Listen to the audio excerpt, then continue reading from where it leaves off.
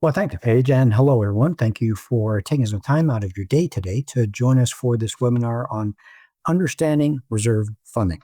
We don't want there to be any mysteries involved, and we see there's plenty of board members here, so we want to make sure you understand that we understand your role seriously, that you are there to lead the association, and we want to show you what we're doing to help you lead the association well. So we're going to start out, as Paige has indicated, with an outline of background to make sure we're all standing on the same ground. And then we're going to walk you through a couple of examples today to show you some of those decision points, how we are adjusting the funding, how we are adjusting the parameters to design something that is just right for your association.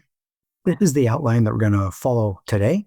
It'll start with the situation that we face ourselves with the way associations are organized and the roles that boards have. So it starts out by understanding that owning real estate is expensive. Community association living has been described as carefree, but it is anything but free.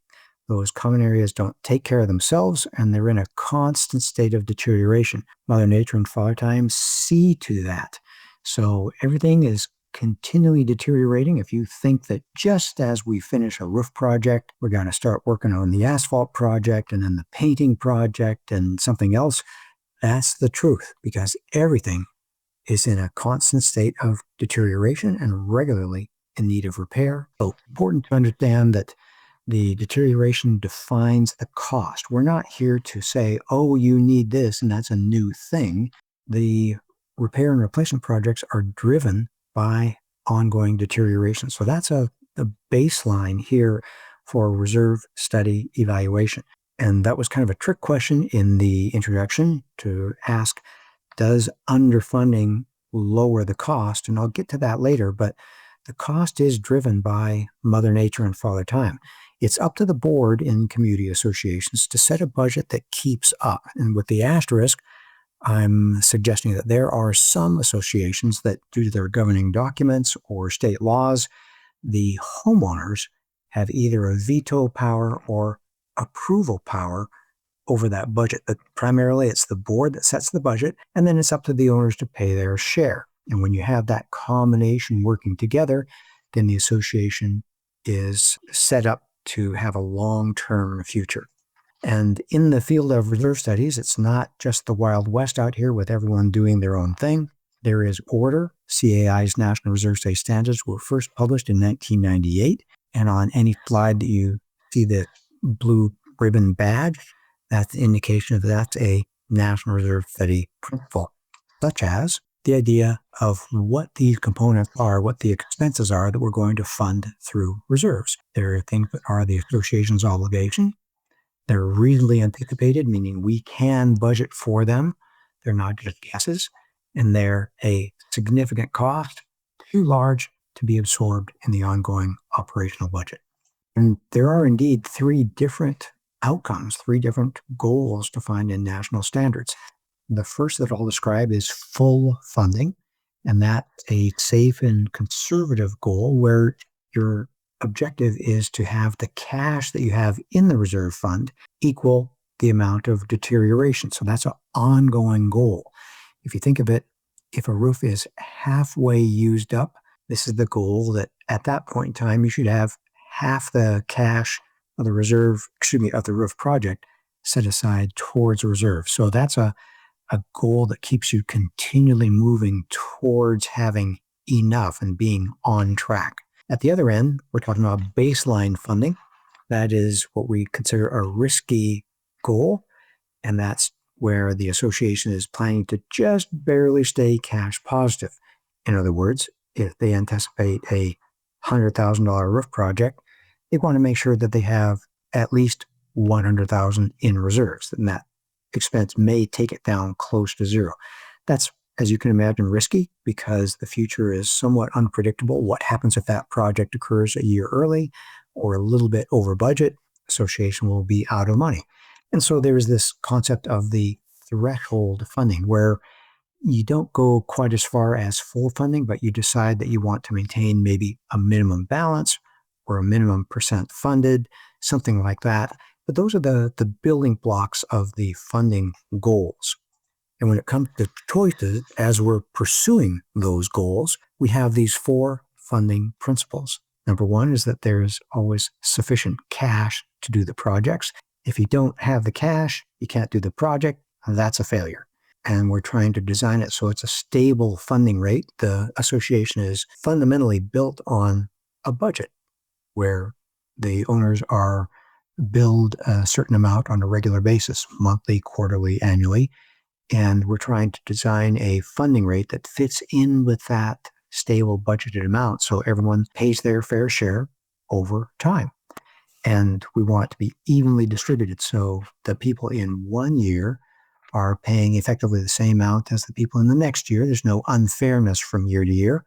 And that someone who's been there 10 years will have to pay 10 times more into the reserve fund than the person who's only been at the association 1 year. We want everyone paying their fair share, evenly distributed over the amount of people that have been there over as long as they've been there, and something that's fundamentally fiscally responsible. So the homeowners and the board, the management company can all alike rest peacefully. They're doing the right thing, and they've been acting responsibly in line with financial principles, governing documents, and state laws. And then there's some other rules that we have put together in the industry. And I show this just to show how we have order again. And this is very simple. The expenses are inevitable. There's nothing you can do about them. The roof is going to deteriorate. Again, Mother Nature and Father Time are to blame. The board is responsible. That's per the governing documents and state law. That's their job to sustain this entity. And delays usually get expensive, meaning that the cost to replace a roof is going to increase if you start getting interior water leaks, things like that. And then fourth, the homeowners always get stuck paying the bills. There's no other entity to be able to come in and swoop in and help out. The homeowners who get stuck paying the bills, so we want to run the place smoothly and efficiently. What I want to make clear here near the beginning is that when it comes to reserves, your only choice is how you're going to pay. And we want to do it, we want to guide you to do it in an effective and fruitful way, where you're doing it a long time, over time, and offsetting ongoing deterioration. And that's a very different way of managing it than just waiting till it happens at the last minute and then rocking your homeowners with special assessments and loans. And that's very uneven. And again, if you remember the 4 funding principles, special assessments and loans go against the principles of budget stability and at equal distribution. So we're going to lean towards budgeted funding. Now, we understand that you come in here yesterday, today, tomorrow with a tight budget. Our community association clients that are not-for-profits, they have almost by definition no margin. So we understand this, and we're not designing anything that is overwhelming or overly conservative. We're just trying to get you safely and successfully to the future. We will be going through a number of concepts as we get into the examples today. And in case you feel a little bit overwhelmed, I want you to know that we have 4 webinar series standards that we present each year. If you missed these, we presented them earlier this year. You can find them on our website and on YouTube. It's Reserve Say Basics. 101 is about the component list. 102 is the financial analysis in general. And 103 talks about the funding plan. And specifically, our promo materials for this webinar went out saying we're going to talk about cash flow versus straight line, or in other words, pooling versus the component method. And we're not going to be able to get to that. So I'm going to have to direct you to our resources for Reserve Size 103 to have time to go into the reasoning behind choices there. But for what we're doing today, it's going to be built primarily on Reserve Size 102 and 103 because per the title of today's webinar, this is Understanding Reserve Funding. If you want more detail, again, go on YouTube or reservesay.com. You'll find additional resources there, all for free. Okay, we turn that page, and we're going to talk now about some examples. How do we apply these principles? How do we apply National Reserve Say standards? What kind of decisions are we making? So example number 1 is what we call Oceanfront HOA. It's an actual client. We've changed the name. It's a planned community where everyone maintains their own home, over 200 homes. It's a well-established community built in 1962. It's our early entry to community association living, but fortunately, they got it right. It's a nice, well-balanced association. Near the ocean, they have ocean beach frontage, so people are able to have their homes, enjoy a private roadway, and oceanfront clubhouse. It's a great place to live without paying the very, very high cost of your home being actually on the sand. Clubhouse is busy on weekends. It's a regular destination wedding rental place. It's just frankly a nice place. And they have done a good job over the years of taking care of this place. So we've talked about the expenses being foundational to a reserve plan. And so that's where I want to start. These are the reserve expenses laid out for this oceanfront HOA. Notice that they've got a couple of bump high years and some medium years, and they are literally the asphalt and the clubhouse. And no surprise, this is often how an HOA reserve study looks like. Often the common area infrastructure, again, because you don't have the residential big peak for roofing or painting or boilers or other major mechanical type things. So it's very typical. It's a very plain vanilla HOA. And I want to go through some examples with this to show you some of the things we think about. One is the deterioration rate. How much are things deteriorating per year on an ongoing basis? Influence of funding goals, influence of starting reserve balance, how much of difference it makes in your funding plan to have cash or not cash, the influence of when major projects occur. And it's kind of fun to show how interest earnings make a difference. And for this, I'll be able to jump right into our UPlanet tool. It's our online reserve calculator. Our clients have free access to this after we complete a reserve study for them because we want them to be able to touch and feel and get their fingers into their reserve plan. It's not just a report document PDF. So right into Oceanfront HOA. They are a client that we've been doing reserve stage for them for many, many, many years. And it's kind of nice because they get it. They're taking great care of their property. And we are regularly tweaking and tuning their reserve phase. So let's look at what their reserve phase has. So I'm launching UPlanet, and you'll see that it has a page for components. This comes straight from their reserve study, and the control panel where they show their starting balance, interest and inflation, things like that.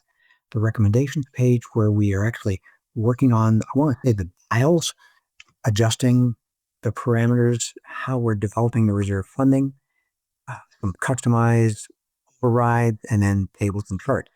But Brian, join me on this. We've showed everyone what their event scenario looks like with the asphalt and the clubhouse.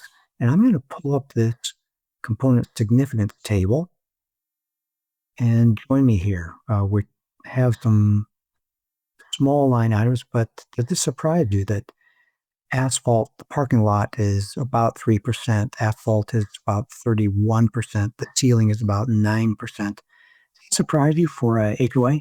No, not at all. In fact, this is very common for, I would say, the majority of communities that we work with. Their asphalt, which is something that I find that I personally kind of take for granted. I just drive on it and assume it's always going to be there.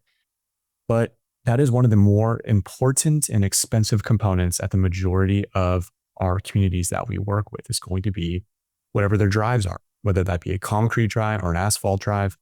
They can be quite expensive and quite important. And then behind asphalt, we have a number of components for the clubhouse, a number of smaller components, but they're cycled, so they happen remodeling cycles similarly. So you don't see another big number jump out. But bottom line is this place is deteriorating at the rate of, you may or may not be able to see it, so I'll call it out, $177,253 per year. And you may ask, well, what is that? And I'll show you an easy line item here. This vehicle gate, the $28,000 gate system, but it has a 28-year useful life. So it's deteriorating at the rate of, on average, $1,000 a year. And things like that. So it's how big is the project? And you can look at this one, the asphalt project is about $1 million divided by 20 years, about 50 grand a year. So this is deterioration. So this is the rate at which things are deteriorating. So when we come to the recommendations page, Brian, are you surprised that we're not far from 177,000 when we're making a recommendation? No, I'm not surprised at all. Yeah. Okay. And then again, these are people with homes with beach access, beach clubhouse, and their reserve funding is $818 per home. And that's really not too surprising. If we go down to 177, hit right on the nose, and we see what happens when we do that, it dropped a bit, a very noticeable drop actually. But because of inflation effects, we want to stay a little bit ahead of the deterioration rate. I could go down a 10-minute rabbit hole on that one, but I'll leave it as is. And I introduced the idea of a baseline funding plan. And keep this in mind, the full funding was 194,000. This kind of threshold plan that keeps you about in the 50, 60, 70, 80% range over the years. That's 177,000. If we go to baseline, that's going to take us down to, maybe you can see it here, 159,000.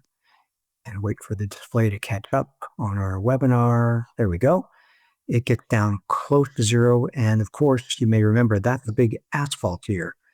And if they're not exactly right on that projection, they'll have a special assessment. Now remember, we expect to update this many, many, many times before we get to that next asphalt cycle, but we don't want to put too much of a pinch on these last few years of homeowners. So we want to design for effective, strong reserve funding. And that's pretty much what this association has been doing over the years. They are like 90-some, 89, yeah, 90% funded at this point in time. One thing I want to show is that, okay, the difference between baseline funding, which is risky, and full funding, the 194,000, that's about 18% difference. And so it's not a night or day difference between full funding or baseline funding. All we're talking about is just a little bit of margin. The vast majority of reserve funding goes straight to taking good care of the property. Okay. So we've talked a little bit about deterioration rate, we've talked a little bit about the funding goal influence. I'm going to play around a little bit with the starting balance. Let's say instead of 1.7 million, that they only have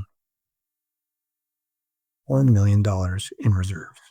A lot of money. Brian, wouldn't it be nice if your checking account has $1 million? Be great. Yeah, but again, we're talking about a 200-some home association with roadway, with a clubhouse on the beach. So we have to be careful that, wow, $1 million sounds like a lot, but let's see what happens when they only have $1 million. Look what happens. They crash and burn. So they're going to need some special assessment. I've done some advanced work on this, and the asphalt project is 2 years out. What I found is they're going to need about 2 years of $200,000 per year special assessment. And that will, I'm still on baseline funding. Get them back up to 194,000.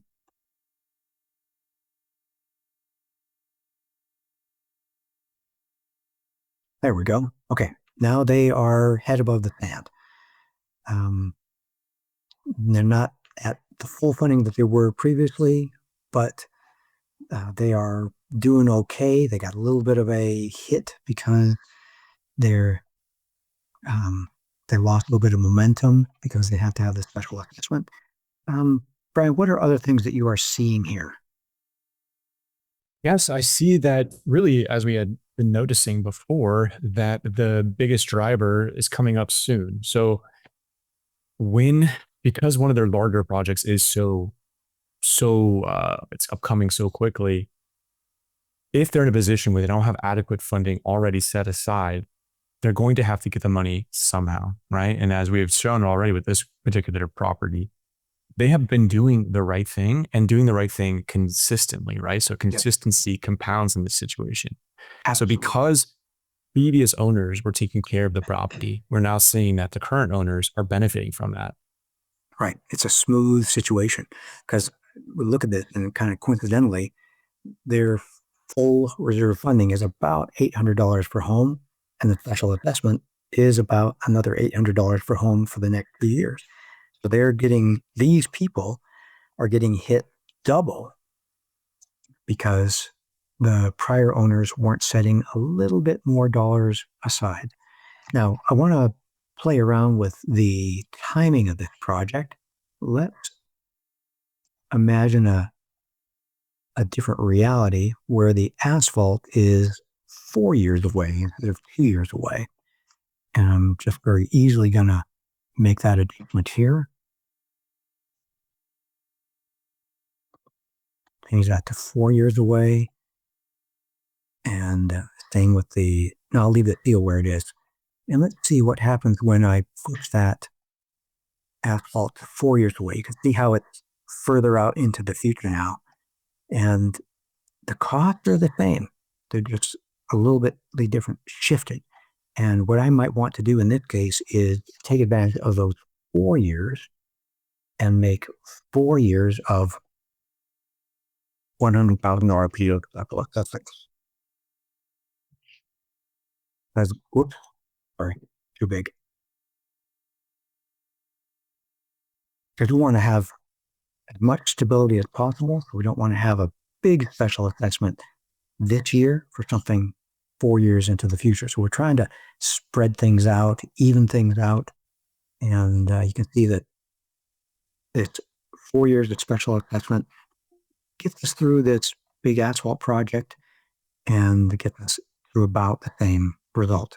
So that's what we're trying to be careful of. It's not punishing the current owners too much. We're trying to, as much as possible, spread things out. And then one other thing I want to show you is the influence of interest earnings. Now, notice that we've got it somewhat balanced here where it's stabilizing at about that 80% level. Let's go to the control panel, and they've got $1 million. Let's say that rather than 2% after-tax interest, they're getting 3% after-tax interest. You may be in the market, on television or whatever, hearing that there's a lot of financial institutions offering 4% on savings, and that's a great thing. So let's save this. If you take away the tax that you'll be paying on your 4% or so, it'll end up being about 3%. Let's see what happens and that's then what you can hold on to. You're not paying it to the government. Look how big of a difference that makes. That gets it up above 100% funded. So when the bank or your financial institution is paying more money, you can pay less, which is a really cool thing. Brian, are you able to see people with that much of an influence or even more influence when they are able to optimize their reserve interest earnings? Yes, yeah. We actually found out after some numbers that I ran that theoretically you could decrease your reserve transfer by 7% for every 1 point of interest increase that you see. So it is like getting more people contributing into your reserve account just by getting an extra point. So it may not seem like a big deal, but anything can really help. And that's what we would say. It's like you're just saying it's not going to save the association, but it can help. And that's always a great place to start. How can we save money? How can we help our association? Right. This is some of the parameters, some of the controls that we have to say, hey, you've got $1 million. You can be earning a lot of interest on that. It's worth a phone call. It's worth a half day of paperwork to get that. It's good for your association. It'll improve your funding and reduce the funding burden on your homeowners. So I'm going to take just a moment here and then reset this all to its original condition. And then Brian will get over to your project. And that's really as easy as it is to work with UPlanet. Working on the controls. There we go. The things that we were able to learn. All right, now let's go to example number 2. This is a property that Brian has worked with. He has a lot of experience with this place, and we call Mountain Getaway. Very different type of association. This is a condo, under 50 homes. It's one building, built in 1992. So again, a mature place, not brand new. We're not going to hoist it up as brand new, fresh and clean, no problems. It's been around. 2 elevators. And Brian, as we were talking about this previously, it's old enough to have experience with some of their major projects, right? Correct. We see that 20 to 30 year mark is when most of the large, expensive projects will fail. Roofing, asphalt, elevators, those sorts of items. Yeah. So you could say, been around the block. So they've got a couple elevators. They have some nice amenities there, fitness, game room, pool and spa, and location is fantastic. Just like the oceanfront property, this is adjacent to ski resorts. So it's really a great place to have a home. Okay. We look at the annual reserve expenses and kind of a different map. It has a big initial year, about $1 million, and then big expense year, 5, 10, 15, a little over 20 years downstream, and some other that's scattered through the years. When we look at them, they are actually, its initial year is the boilers, building exterior, and you're going to see boilers again out here. So the second cycle of the boilers. The roof, Brian, did they just do the roof just a couple of years ago? Correct. Yeah, it was a relatively recent project. And elevators too, I would imagine. Correct. Okay, good. So we're seeing second cycles of these types of projects. And with this example, we're going to show the influence of starting reserve balance. Again, how much money you come to the table with and the value of doing reserve planning, Brian, as you said, consistently over a long period of time. And then the deterioration rate, what that number is, what it means, and the influence of interest earnings. So let's hop over to UPlanet and let's go to Mountain Getaway. Activate UPlanet here, and you can see the components, same kind of display, the ability to edit them. And again, they come loaded straight from your reserve study. Control panel, starting year, starting balance, interest and inflation, recommendations. Now, Brian, what's fundamentally different about this place is they are starting out at 14% funded, not 90% funded. So what first thing does this show you? It shows me that really what's influencing the special assessment that you can see there, as well as the percent funded, is just a lack of monies in their reserve account already. Whereas the previous example had the adequate funding already put in place. Again, it started in 1963. Consistently, they've been taking care of the property. This property, again, is 30 years old, but it sounds like, or maybe given some of the recent projects, that starting reserve account balance has not been properly built up. And therefore, you can see their starting level is at 14%. So they're kind of starting from behind for this reserve study. Let me parse that out. You said, well, it seems to me they are taking good care of the place. They're re-roofing. They are getting new elevators. They are replacing their boilers. They're doing it. They're just not planning for it. Is that kind of the difference? Potentially, that could be it. And it's one of those things where maybe there's a temptation to say, we've completed the project. Will it be a problem again? Well, it's not my problem now. I won't be here next time it occurs. But Yeah. I always want to, as you say, steadily beat the drum that the deterioration occurring at a property is ongoing every single year. Yeah, you're not dodging discrete projects because the roof doesn't deteriorate at one point in time. The roof for the boiler or whatever you have at your association is deteriorating a little bit every day, every week, every month. Well, one thing I see on this one is they have about $1 million worth of projects to do, and it's going to cost them about $1 million of a special assessment because they fundamentally aren't ready. And so it's going to cost the homeowners. They still have to cough up the money. It's just they're going to look at this. It's going to be about a $31,000 special assessment. That's big time. And that, I'm glad I'm not the board member going into that meeting saying, okay, everyone, get your checkbooks out. We need $31,000 from everyone. That's, they might, yeah, it's going to be a challenging meeting. Okay. Well, let's do some other things here. Let's look at what their deterioration rate is. So we'll go to that same table, component significance, and we scroll down to the bottom and we see that everything there is deteriorating at the rate of 221,487, 221,487 per year. So just to keep up with what's deteriorating, that's what they need to be setting aside. So considering catch-up mode, they need to be going a little bit faster than that. So that's why you've got the 277,000. That must be it.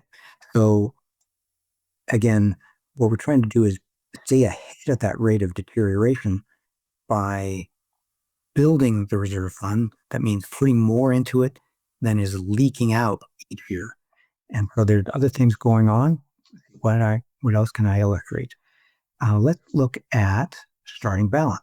Let's say, let's do the same thing we did in the oceanfront place.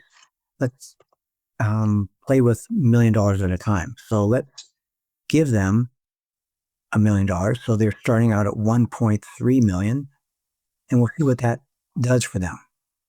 And very quickly, I can see that we can make that special assessment absolutely go away. There we are, $1 million more in reserves when you came in, means that you don't have to cough it up this year. And let's see, let's toy around with baseline. They're at 277 for a full funding plan. Baseline is, Brian, do we have you back? Yes, can you not hear me? Yeah, I couldn't hear you the last time. We're at 225. So it's going to take 225,000 just to keep from running out of money. So this association needs to be somewhere between, what was it, 277 and 225. Again, the lesson here is that you just fundamentally have the deterioration to deal with. It's not like you can really fiddle around with too much over than that. Our automatic tool got it to 280 something. So somewhere in that kind of range. Now let's do something different. How about we play with the after-tax interest rate? What's a good number to use? I think that 3% number was a great example as far as what we're starting to see. If they're getting 4%, it's generally they're getting around 3% after tax. Got it. Okay, let's give them 3% and let's see what that does for them. We had them full funding at 283 or about 280. And now look how much their reserve funding overshoots. We can dial them back on that full funding solver again. And spending an hour or a few hours getting more interest on your reserve, dropped it down from 280,000 per year down to 256,000 per year. 256, not going to be around. 256 divided by 280 is 91%. So about a 9% difference. So it's not, again, night or day between full and baseline funding. All we're talking about is the margin, because most of the dollars in reserves go straight to reserve projects. It is nice to have a little bit of margin, though, and it is really great. Oh, wait, I'm sorry. That wasn't funding goal. We were talking about interest change. So that was the due to interest change.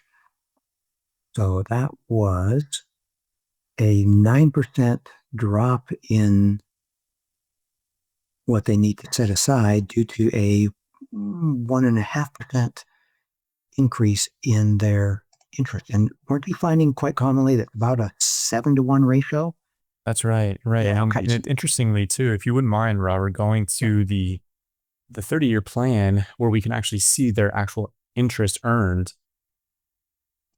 There we go. What's compelling to me is you look there. Remember you talked about that $30,000 special assessment. I mean, right. They're earning that interest back by just moving their money over there. So it just shows you the power of that compounding interest.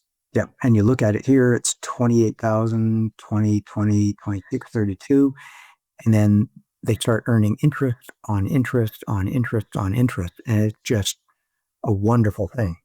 There's a lot of good things going on when you are able to leverage interest earnings for the good of your association. I guess that's one thing we want to encourage you today in, that as we're looking at what adjustments can we make, we often will be able to come back to you and say, if you do this, it can be in your best interest. It's the same kind of thing we say about doing your preventive maintenance projects, getting your projects done on time. There's so many things that we feel like we're working together as a team with you. All right, Brian, do you get that feeling? Yes. Yes, I do. Okay. Well, do the same thing here. Let's reset to the original data. Unfortunately, I'm taking $1 million away from these people. Started at $326,000, and that sounds like a lot of money, but it's not enough to do all the projects they need to do. Components, we're going to reset. Again, another example of how simple it is to use. You plan it and get your fingers into your reserve pay. So, for example, number 2, we talked about starting reserve balance, the deterioration rate, how you need to stay ahead of that if you want to not fall behind and have a special assessment, and the wonderful influence of interest earnings. And that brings us to time to wrap up this program and go through what we feel are some concluding remarks. And that means, as you were talking about the reserve setting, you've been talking about some technical things. Now let's talk about how you're communicating. You need to be regularly communicating that owning real estate is expensive. What we're talking about is the cost of ownership here, that deterioration rate. It just is what it is for that oceanfront HOA and for that mountainside nice community next to the ski slopes. You are not setting aside charity for the future. You're not setting aside funds for emergencies. You are indeed paying that ongoing cost of deterioration. It's just part of the cost of owning home ownership. Real estate is expensive. And please call them the funding needs, reserve transfers. Don't describe them as contributions, because that makes them sound like they're voluntary. And Mother Nature and Father Time, really, we can't beat them. They're going to have their way, and they make expenses that are not optional. So as you think about reserve expenses, please start to think of them more like the grains of sand falling from an hourglass, a little bit every day, week, month, and year. And to have to set what's going to take, set a budget to offset the ongoing cost of deterioration, collect those funds. The costs are the costs. You need to set up a good battle plan to offset those costs. You're going to need cash, and do those projects in a timely manner before they get to a deteriorated state and become more expensive. And what's that going to look like? What we find typically is that reserve funding needs to be in the range of 15 to 40% of your total budget. About a quarter of your total budget is really no surprise to us. Brian talked about it's not surprising to see asphalt be a major component at a HOA reserve study. Well, we don't find it surprising among our clients that their reserve funding needs to be somewhere in the range of 25%. The way it is. And we encourage you to budget to pay your bill. See reserve funding as a bill that you pay on a regular basis, because in doing so, the money's there, so you don't have to pass special assessments. The money's there, so you can avoid deferred maintenance, which means that you avoid those extra costs that come in with scope creep, carpentry work that you need to do instead of just repainting when you have to fix the wood also. You get to maximize owner enjoyment, and you get to maximize property values. Those are great things. Yes, they come at a cost, but that's kind of your job as a board member anyway. And you plan it. A reminder, online reserve calculator is user friendly. It allows you to get your fingers into your reserve study and see what kind of tweaks you can make without unsettling it too much. And an encouragement. It may take a few years to get to an improved future for that mountain resort.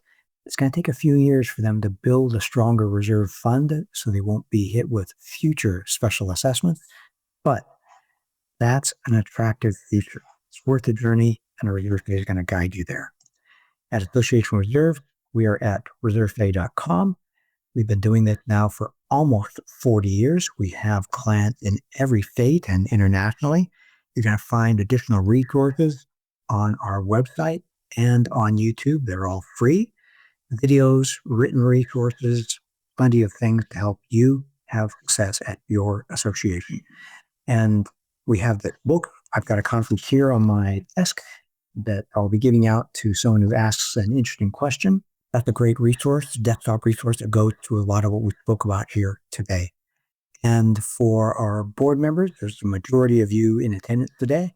We've got a weekly 30-minute podcast for you, easy to digest. It's there to encourage and equip you for the hard work you do running your association. It's called HOA Insights, Common Sense for Common Areas. You can subscribe from all major podcast platforms, or you can listen from hoainsights.org or, again, on our YouTube channel. And with that, I'm going to turn the microphone over to Paige, who will coordinate our Q&A time together.